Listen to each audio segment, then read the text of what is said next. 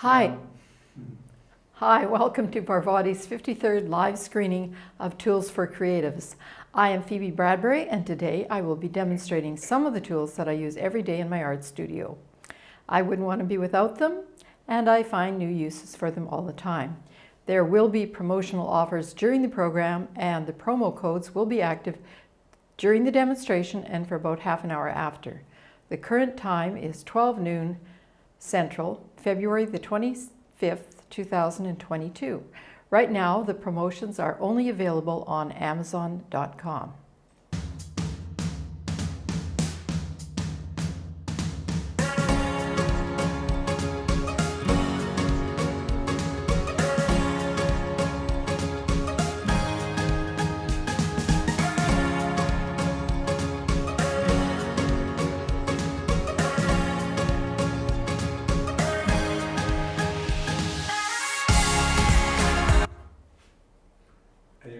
Okay, we're back, and I've got in front of you the opening painting, and this is done on Yupo paper with acrylics, and I'm going to do a few samples of this, and then we're going to go on and do a few other things.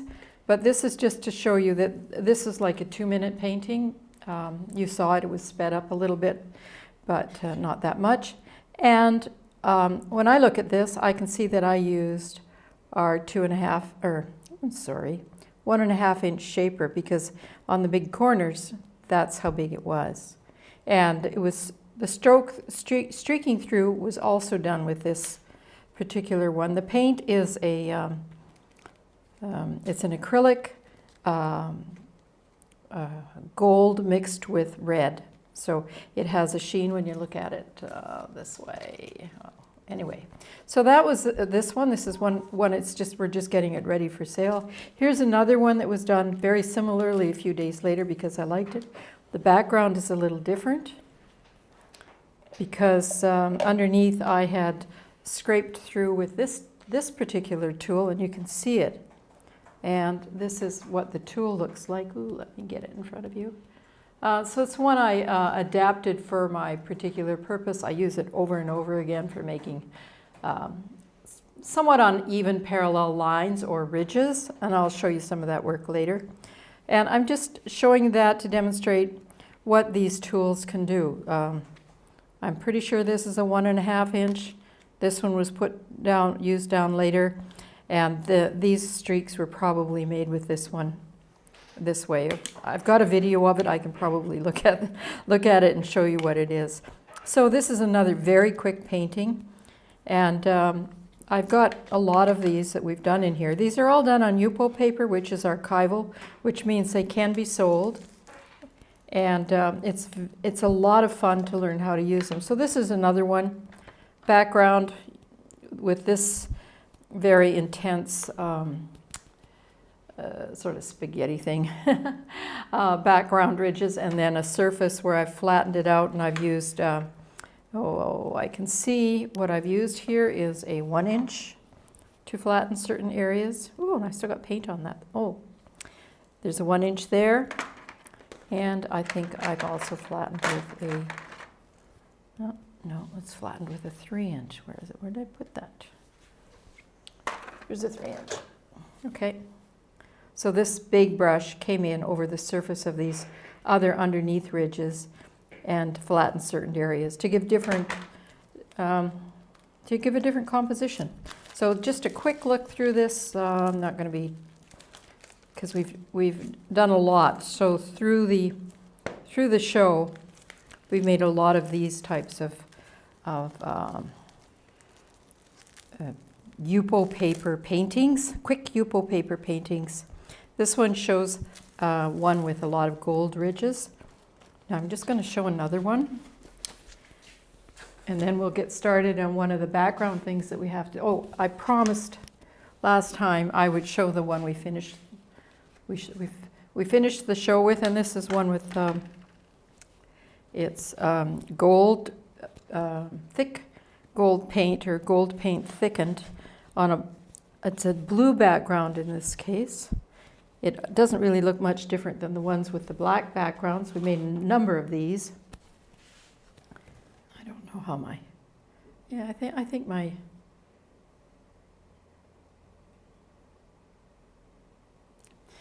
I keep changing the focus. So we've made a number of these. These are made on a quality board, not on a UPO paper, but they can be made on UPO paper.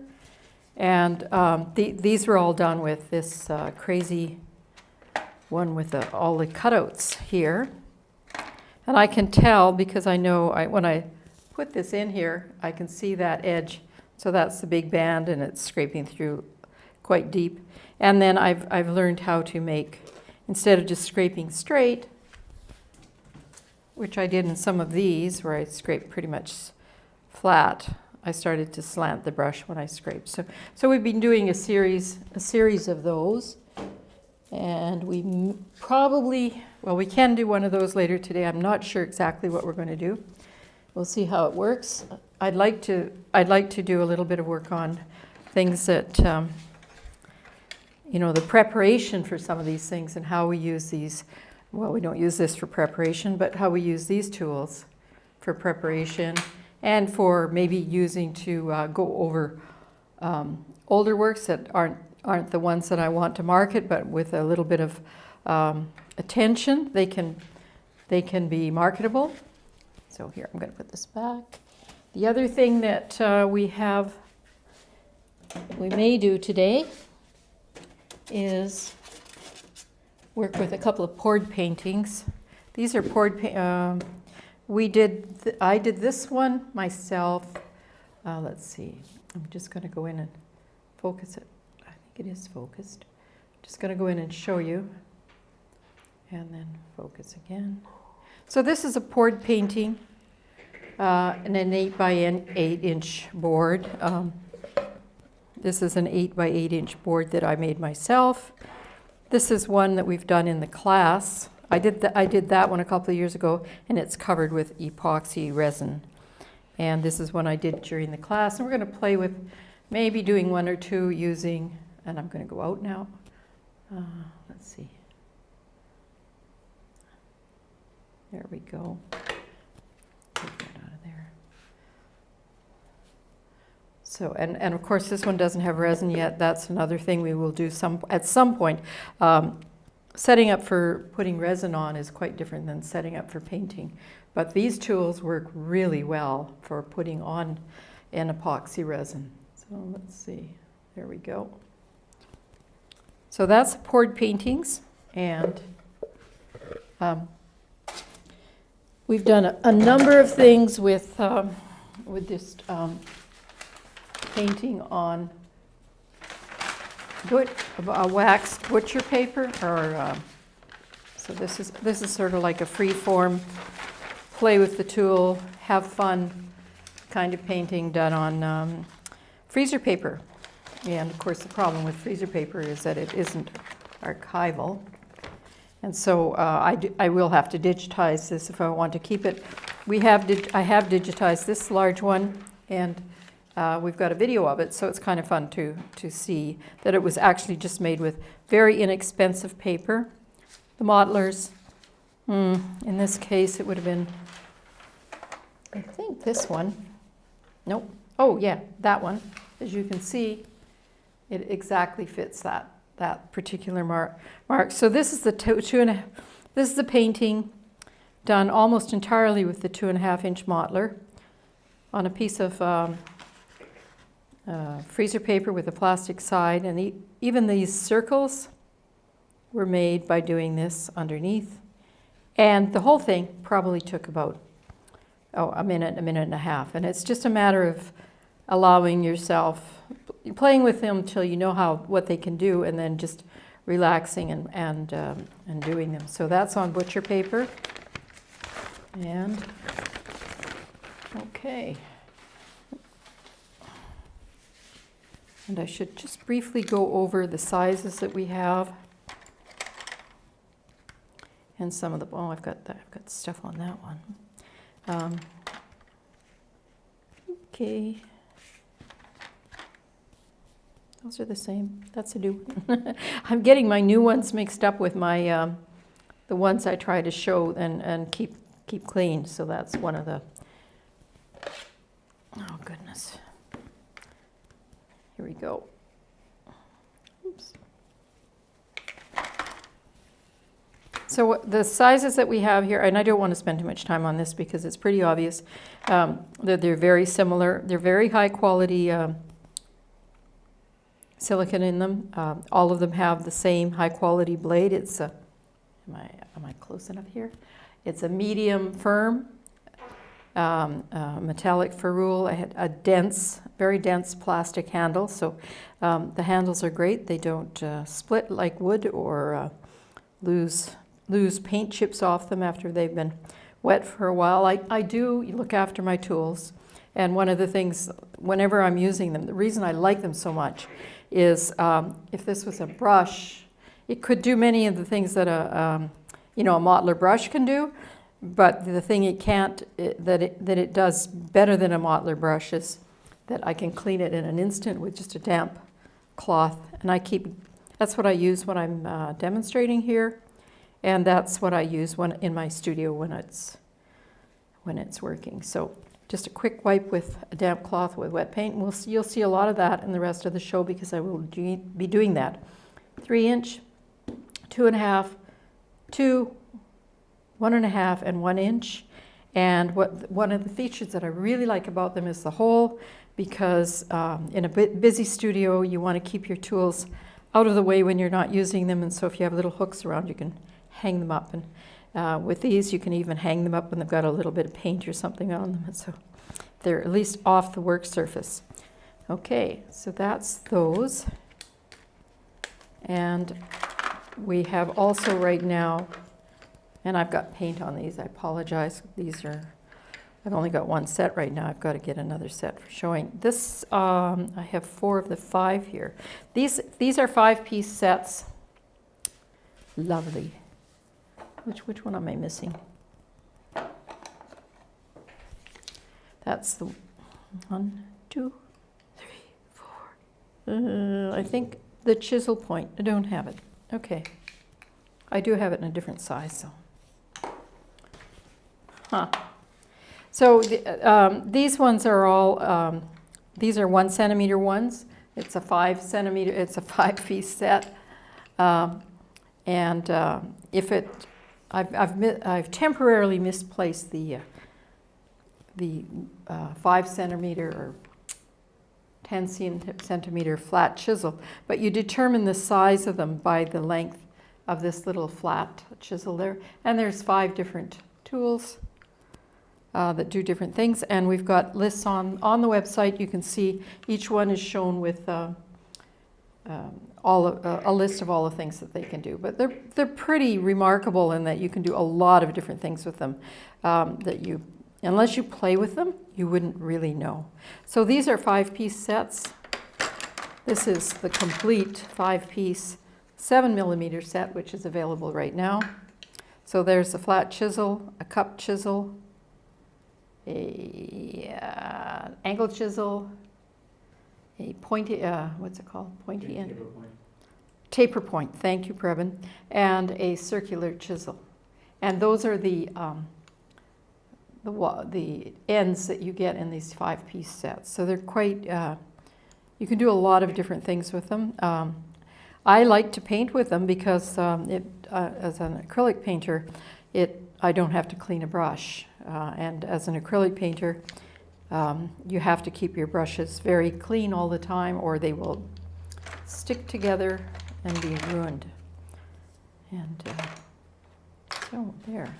So today what I've chosen to do is a little different than other days. Feedback would be nice.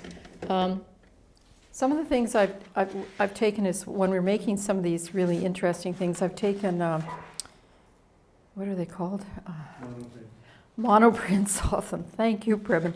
Now this is like where I had a lot of gooey paint on one of these pieces of freezer paper, and I had been whirling around with probably the 10 centimeter little shaper. So we call well, there it is. No, that's not it. It was one of these. We call these ones shapers. Okay, and I got this very nice image, and so I thought, well, I'll take a monoprint. And for those of you that don't know what a monoprint is, you just take a piece of absorbent paper, just a second, I'll put this aside, that you have around. And if you're doing it as like as an artistic thing and you have planned it and stuff like that, you'd be a little more careful about how dry it was. This was a little damp. I probably should have waited a bit. But, and you just take the paper and place it right on the painting, and then you take a print off of it. And sometimes the print looks better than the painting. In this case, I did keep the monoprint. I didn't keep the painting because I rubbed it off and did something else. But what I'm left here with is a monoprint on a very absorbent piece of paper, and I would like to do something more with it. And the only way I can do something more with it with my acrylics and with these tools, which I'd like to demonstrate in the future, because I'm going to have to put a surface on this first so that it won't absorb quickly, so that the paint, it'll be slick and it won't depend on this underpainting. So first I want to put I want to put a slick, absolutely clear surface. So I'm going to put a medium on it. And for those of you that don't know, a medium just means something that you add to the paint or put on the paint that isn't the paint. What this will do, we'll put a gloss surface on it that's an acrylic gloss surface. And I'm just looking for where I put that. So today I'm ready to actually try a couple of different ones. I might have left it out on the counter there, Previn. I'm not sure. It's in a little cup. It's in a full little cup like this. Okay? So I filled a cup with a very thick medium out there, and I don't seem to have it with me. But I have this one here, which I'm going to use, and it's a gloss and varnish of it's a artist grade product.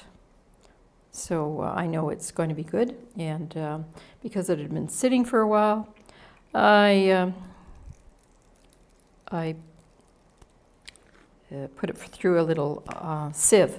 So there was a lump in it or two in it, and that was gone when I finished.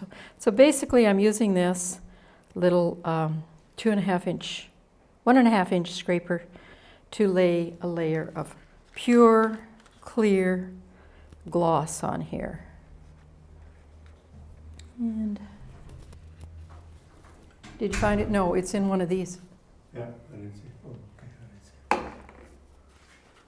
So Previn's going to see if he can find the other one. If not, we can do some of these others. I've been capturing. We've done 50 shows, and at the beginning I did quite a lot of monoprints, and I realized I was going to have more monoprints than actual paintings, so I had to stop. So I've only got a few from the beginning shows, but I do want to use them up.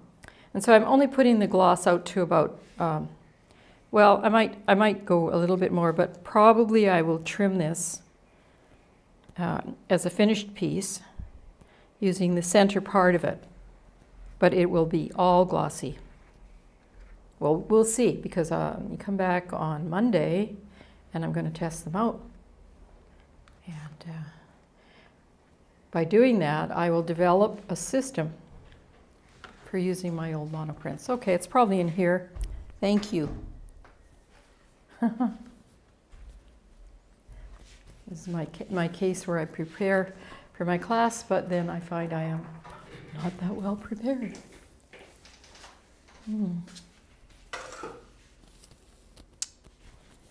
Just 1 second. Would you show something on there, Previn? Anything what we use, mediums or something, and I will.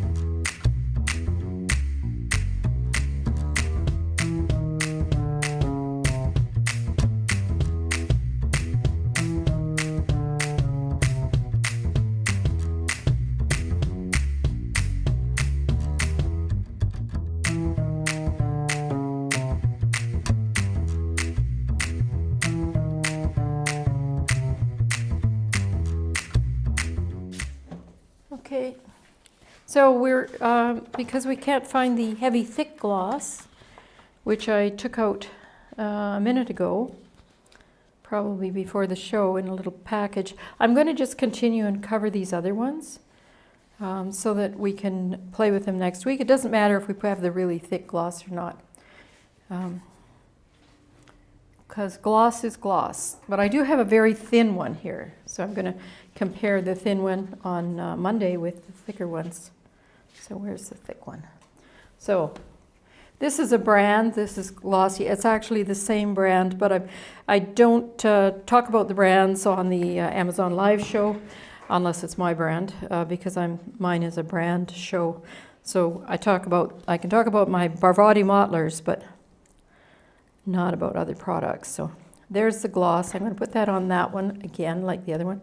And this time I'm going to go right to the edge because I know that these pieces might not seem very interesting to you, but when they become interesting is when you use them as backdrops for some of the other things that I will show you today. So we can't do backdrops on them today because we're putting the gloss on. What we're going to look at when we get this is we're going to look at whether the paper curled or whether it's going to be, or what it's going to look like, because it's just very inexpensive drawing paper. So I've said that you can use Yupo, and I demonstrated a lot of the Yupo paper already.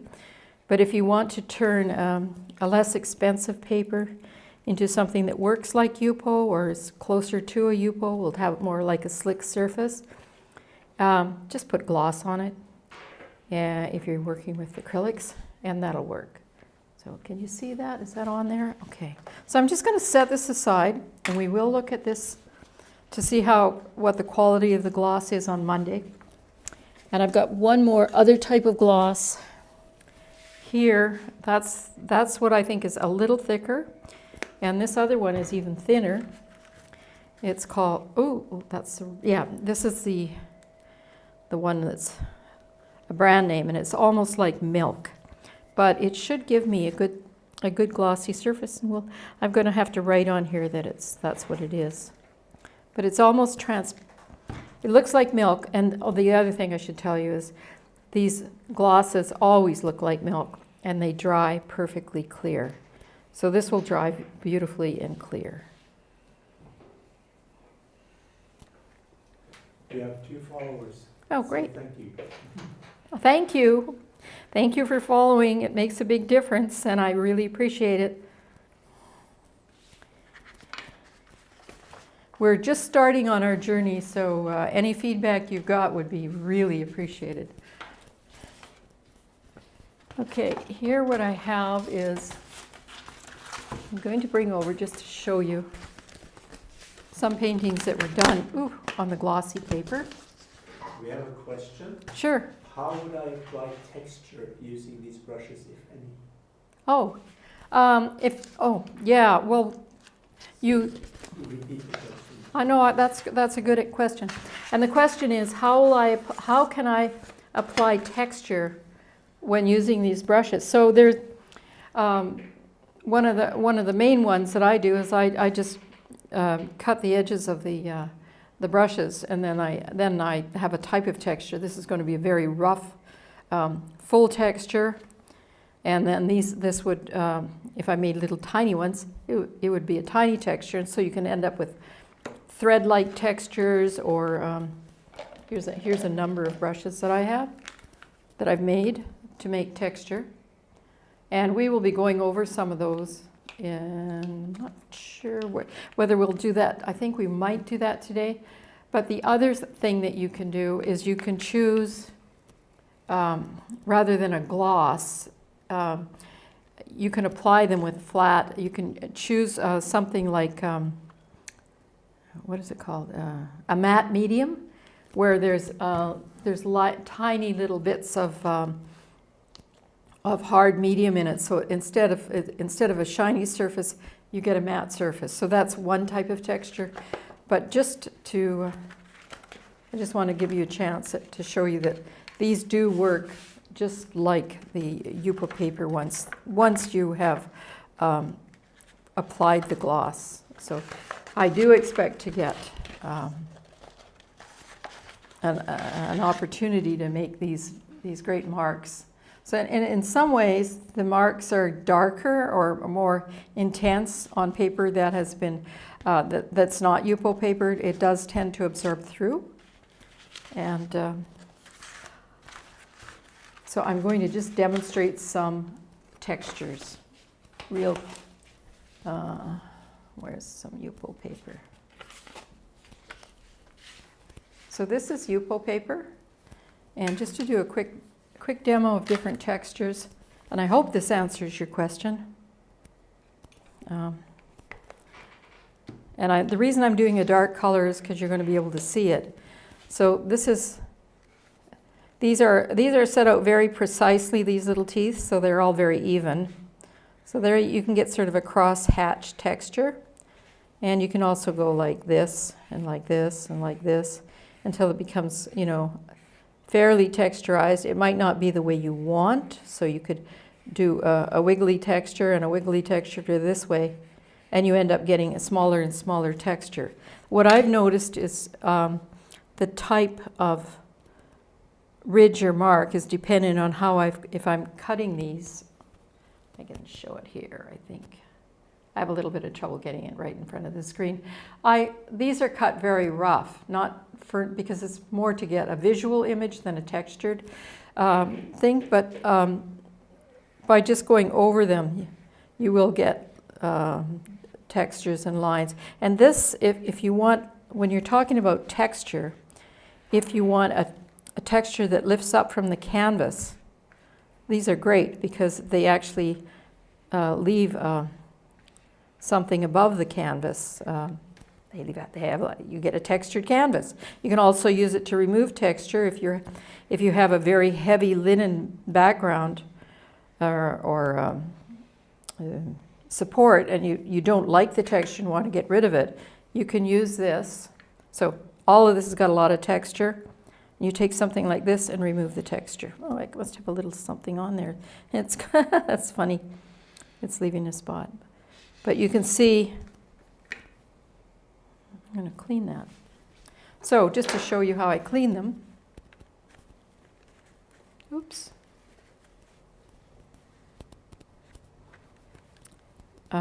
As I'm working, I will clean them this way. And you notice it's a lot easier than cleaning a brush of that size.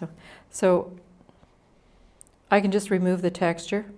I can add the texture this way, just by moving up and down, and then I can very carefully remove what texture I don't want. You'll notice there's also then the texture of the line going along the edge.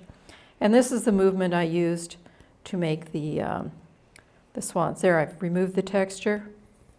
So these are amazing tools for putting texture in it. And of course, the definition of texture is, I guess, differences in darkness and lightness, but then there's also the differences in how far it sits above the surface. So these are wonderful for actually both of them, because the darkness of it depends on how much of a layer of paint you've got on it. So in this case, and this is... Follow-up question? Yes. Thank you, it says. And another question, what tool do you use to cut the brushes? To cut the little incisions? I use actually a tool from an old biology kit with a little sharp knife, and I cut them. Or you could use an X-Acto knife too. Be very careful. And if I want to have big ridges, then I cut them so that the part on this side is very narrow, and I cut them a V out. Just a minute, I'll show you the difference, because I've got it here, I think.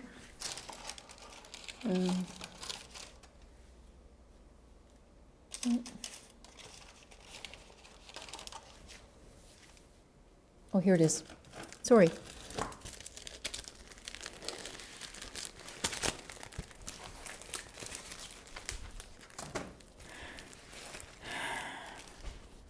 So here I am. This is, it's not the nice gold one, but this is the one that, the mark that this does. And what I've done here is I've set it so that if you push it through, the mark left behind is what hits the back of the paper. In that case, that paper was painted black. In this case, the paper is white. So it won't go back to white because I haven't got enough moisture on there. But I have big lines sticking up. Now, if I put a gel in there, that gel that I can't find right now, well, but I do have other gels here, so I could just use a bit of this. So if you have a gelled painting,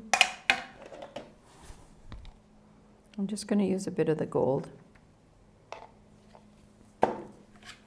What you can do with this is, see, if I take this stuff and I go through it like that, it's extremely even and I've got small little bumps. But if I use this tool, I'll go back here, I can have much bigger, the bumps between are much bigger, and that's because I made deep V's and a big separation between the V's. Okay, if I can go back here. I realize that's probably not too clear.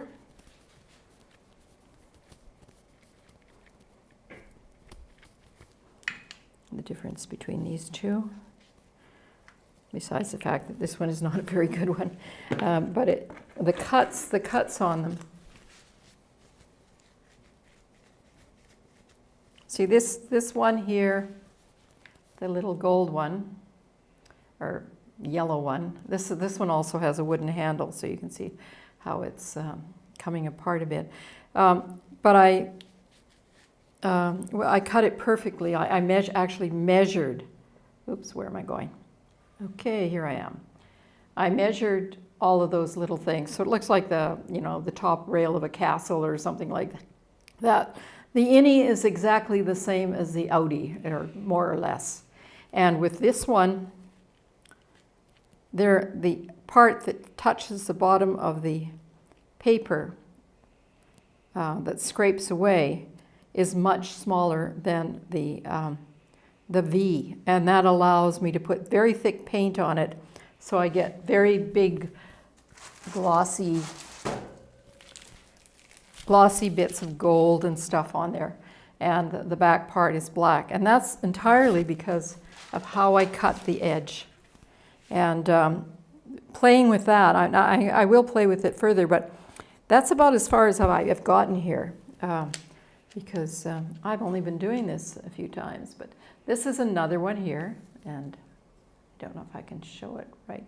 You can see it's pretty much the same in and out, but it makes a big, this was the first one I made, and I just called it my parallel line maker. And so I'm on the way to experiment, and the experiment has gotten me that far that I know that I can make different types of lines depending on how I cut it. I usually cut it with a little X-Acto knife, or with I used a knife from an old biology kit from school. I never threw anything away, so school was a long time ago. But any very sharp knife, and what I would do is lay it down like this.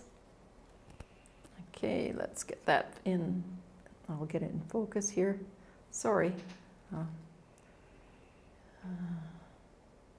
Zoom in. Get it in focus. Is that in focus now? Mm-hmm. Yeah, and I would take the knife, and basically I would cut like this, cut, and then I go like this, cut. And depending on how much time I had, or whether I was doing a practice, or if I was doing this for a finished painting and had an exact idea of how I wanted it done, I would measure it, but I did not measure this, and my tendency is not to be too exact about things. If I'd made another one of these, I would make the the lines that reach the edge here much smaller, so there would be these places would be bigger, and I would make much bigger things that go through. And I have done, in early years of painting, I used to use, what were those cement scraper knives? Like a trowel. I used to buy these trowels, and I would make things that were like this size. So the trowel is about 8 inches long. So, and they would have teeth like this. Well, more like this. And that's for troweling cement, so that you have. And I would have a whole painting. I had a 4x8 painting that had ridges all the way down it in orange. I think it was orange on a blue background. Bright orange ridges, a 1/4 inch deep. Used a lot of paint, but 3 feet deep. So a big painting. Oops, I'm going to take it out here. I don't know whether I have a copy of that painting. I still have. My daughter has the paintings. So, it had big 1/4 inch ridges coming down like this, and the background was blue, bright orange, bright blue, and so when you walked beside it and looked at it, it changed color as you looked at it as you walked through the room, because you were seeing different amounts of orange and blue coming together. So the ridges are something that's very variable, and you can do a lot with them, and we're just. I guess what I'm trying to say is we're touching the surface of what you can do with that kind of playing around with that kind of thing. And it's probably pretty obvious to people who are watching that I love playing around and finding new things and figuring out how to do things. So I really appreciate your question. You're probably the first question that was asked that I had an opportunity to answer, so it was wonderful to be able to respond. Thank you for asking it. I hope if you have any further questions, please ask them. Okay.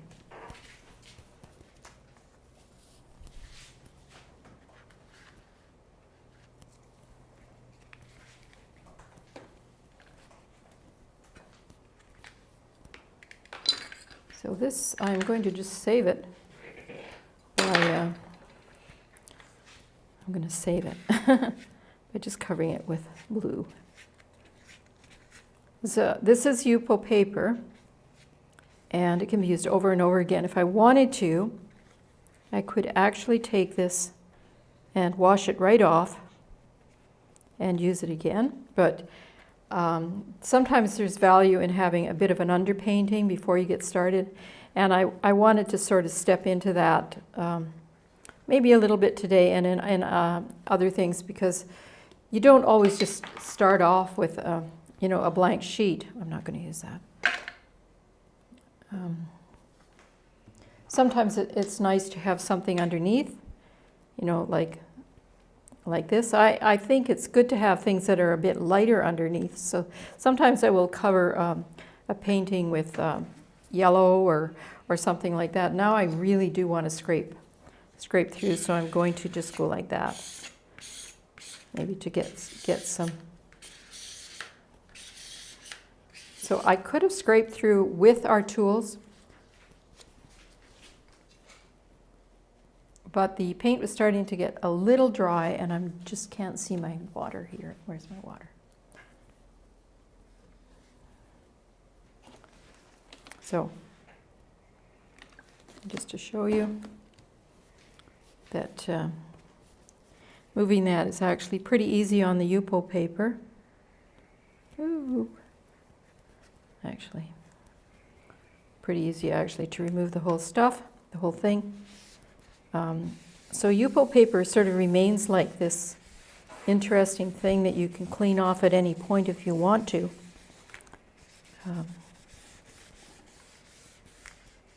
And it works particularly well with this,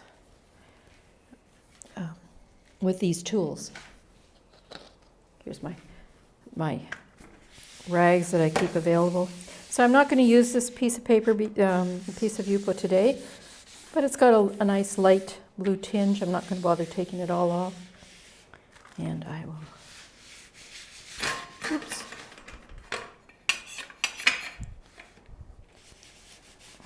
Okay.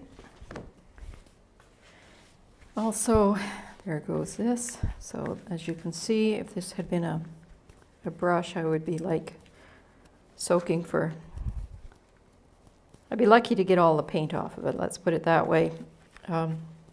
I have, like, because I paint with acrylic all the time, I have developed ways to make it much easier to paint with acrylics. I tend to, when I'm using brushes, I prefer, I haven't found a synthetic brush that is as good as a good hog's hair brush, let's put it that way. So there are ways of making them easier to use so that you can clean them easier, but that involves preparing your brushes ahead of time. And so another time. Okay. So the next thing I wanted to look at is like here's a sample of something that we did on Yupo paper that I liked quite a bit. And then today I got it out and I put some gold background on. I just brushed it with a gold thing. Now I like it, except I don't like the middle. So at some point I'm going to come back in and go over this, and I will be scraping through to below. But most of what I would like to keep most of the background, because I like this particular background. It's maybe not to everybody's taste, but I tend to like abstract, somewhat geometric abstract grids and things like that. And you'll see that a lot in my work. I did prepare, I prepared some boards for poured paintings with gold already on them. I thought that might be interesting, and I also thought we might do a quick poured painting with some gold in the pour. So I'm just getting it set up right here. There's the thing for the poured painting to sit on. Okay, I prepared one of the, I've got this one, it's got white on it.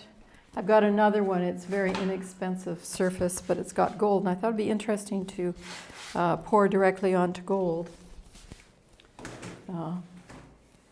This has a little bit less gold on it, and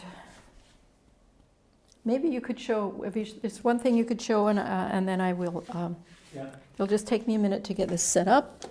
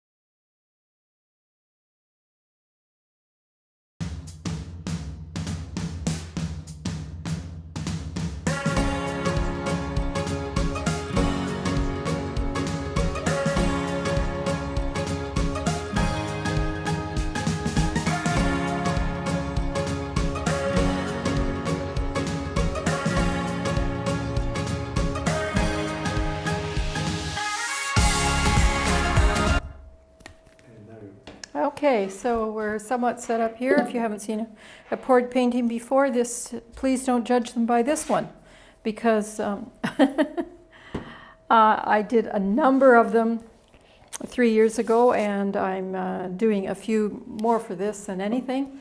And so it's a combination of me remembering what I did and looking up what I did, and we have had a few Most of the pours we've done this year have been fairly successful. This is one of them. And it's very complex. I'm not really interested in poured paintings other than that I like to play with what happens once it's almost dry. And then I add these swirly marks. And if you noticed on the incoming picture of me where I welcomed you, there was a big painting behind me, and that was a poured painting. So the basics of setting up a poured painting can be like take a 20-minute video, and that's a bit much, actually. So what I'm going to do is I have most of them, all the stuff set up. And I'm doing something a little different here. I'm adding some gold to the white. So normally, they're a very common form of poured painting, except just about all beginners do, and one that I really never got beyond. I did about 40 of them, more like 50. And I covered them with, I really liked them. And I covered them with, what do you call it? Epoxy. Thank you, Previn. So because they are very, the resolution is extremely high on a poured painting. So what I'm doing here is I got a little cup. It's got white stuff in it. I threw in some gold, which I've never done before. I don't know what's going to happen there. And I'm going to pour some colors. What you do is you pour a few colors in to the cup that you've prepared through, you want to have them at pouring consistency. So that means you've got to add to the paints, and they have to be acrylic paints. But they can be any type of acrylic paint. You can use cheap stuff or you can use expensive stuff. Now, I quickly learned that I prefer to use my art acrylic paint, not the craft acrylic paint, just because the colors were more intense. And I even for a while used house paint, and you can still get a lot of those effects too. So it's fun. You learn how your colors work, and it's a little bit like playing with mud puddles. That's what it reminds me of. When you're a kid and you go out there and you let's just see. This may be very weird because I have no idea if that white is thick enough. But generally what you do, and what I'm going to do right now, is I'm going to dry this board. I don't have paper towels around, so I might actually dampen the board a bit. Because sometimes it helps it to move if you dampen it. So I'm going to get this ready, and so it's half a cup of, like a small cup, something that's just going to go over the edge of this, and you add a few other paints to it. Now that changes, and you learn how to do that. As you learn how to do it, you will learn how to mix these better. And I didn't go through that because we would be here for another half hour. So they're already mixed. They're not hard to mix. And let's just hope that this turns out well enough that you might want to try it sometime, because I think they're a lot of fun. So I'm going to lift this cup up and let the thing pour over. It's going to be a mess. And if I continue doing this, I will get saran wrap to cover and protect some of my things. But we don't know what's going to happen. This is the fun part. We don't know what's going to happen. It could be anything, and it might not work too. It usually always works, but ooh, I got a big lump of something in there. What's that? Looks like some of my paint's dried. So this is not a perfect pour.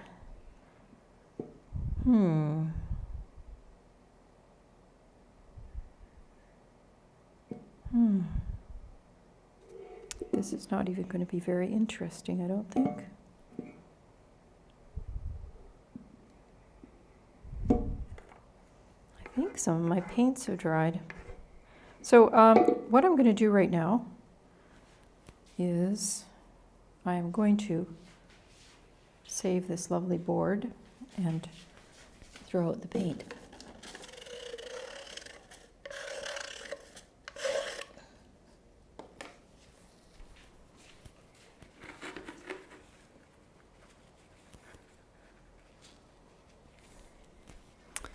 So that should not have happened. We're going to try it again. So I've got some paint that I know doesn't have. So see, just a quick wipe. I'm even using a little Kleenex here. Get back to that. I do have some very pure white here that I know it does not have a lump in it. And I know some of the paints don't have lumps in it. So we're going to just, this is the way I keep my paint. It's in a, this is a syringe for, I don't know, it's a medical syringe, but it's not, this is not a medical thing. It's just a really neat way of getting my gallon. I buy paint by the gallon, so I have to move it into something that I can actually use. And I use this to pull the paint out of the pail, and then I squeeze it into these bottles. But today we're short-circuiting that a little bit, so I'm going to add a little bit of, I've got the white in there. I'm going to add a little bit of varnish, which is some of the stuff we put on the outside. Okay, I need a spoon, or I need something to stir this up so it's soft. The other one was actually just about a liquid, and I think the reason it was a liquid is because I'd left it just a bit long, and it had formed a skin on top, which prevented the beautiful magic to happen. And here we go. How about some fresh? It's still pretty thick, so I'm going to add a little bit more, and I'm probably going to add some water, or maybe some of. This is a little bit thinner gloss, so I'm just going to add some of that.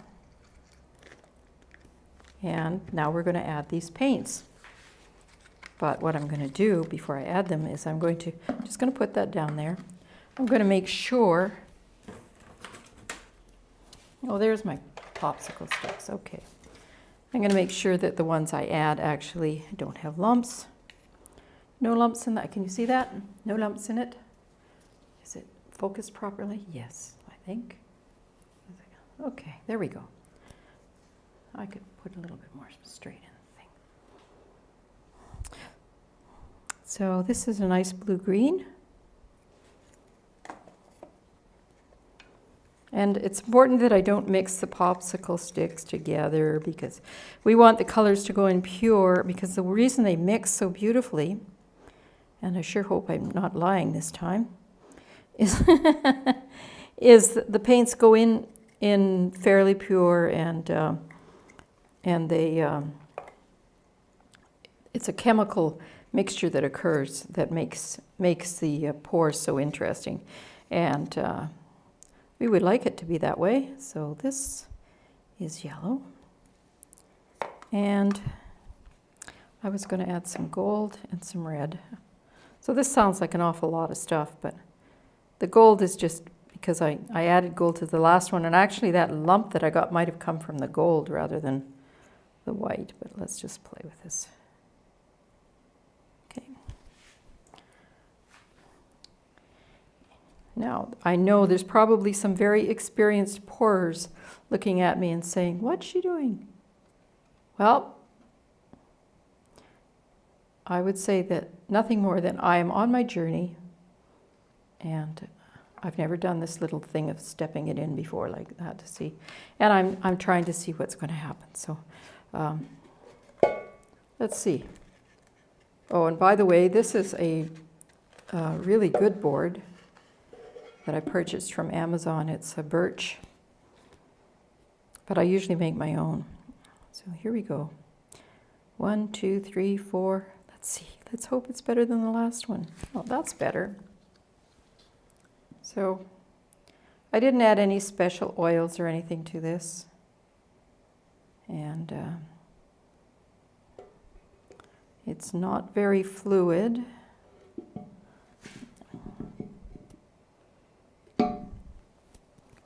I feel like I want to add things to it. It's bubbling, which means that it what? What does that mean?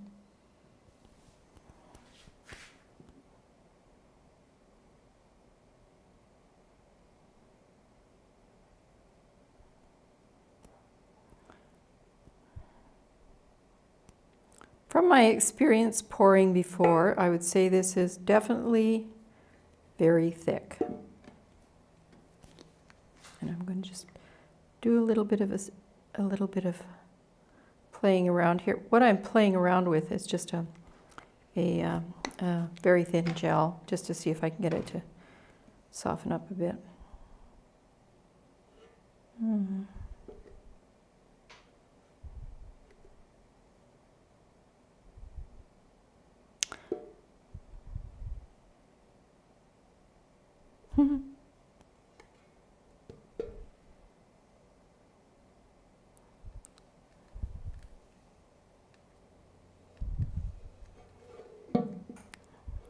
Starting to do a few things.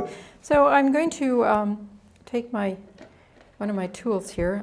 I often do use these in preparing this stuff, so I'm just going to swipe it through and see what happens, because the time is coming for the program to end, and this is not.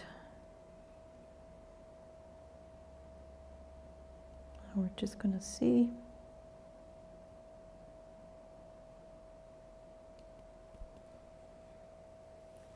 No. I'll give it a little bit more. Get it over here. So, where are those other tools?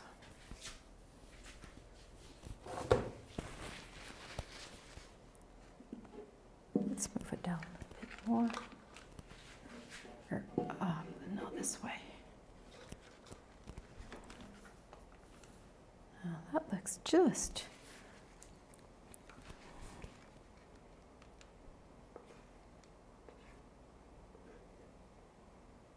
So when it's more fluid, you can do things like I'm doing right now with much more effect. And the biggest problem here is I have not,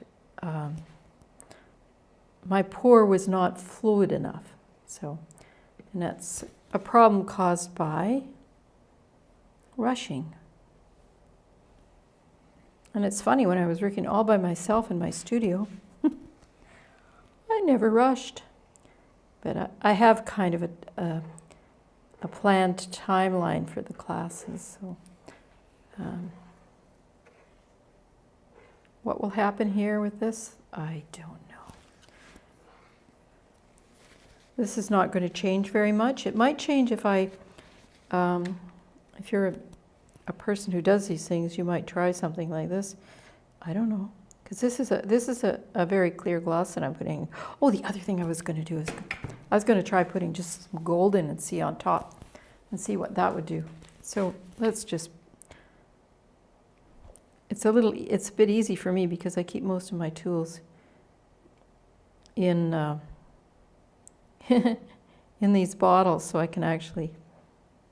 I don't buy fluid acrylics. I buy a fairly fluid professional acrylic, and it just takes a little bit more to get it. That looks absolutely ugly. Okay, let's just see if we can do something with it. Yeah. So, let's see. What can I say about this?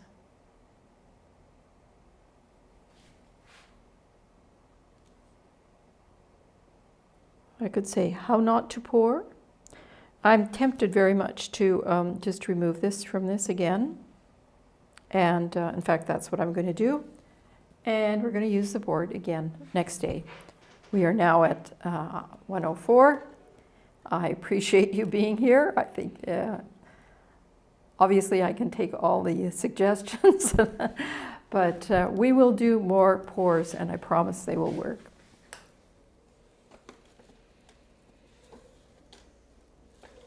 So do you want to set it out for going out, Previn, or are you waiting for me? I'm waiting for you to go to the thing. Oh, okay, I didn't know that. So I better get to the place where I'm going to be here then. Thank you for joining us today. You can find us here every Monday, Wednesday, and Friday at noon Central to demonstrations and answer your questions. I'm looking forward to seeing you on Monday. Have a great week.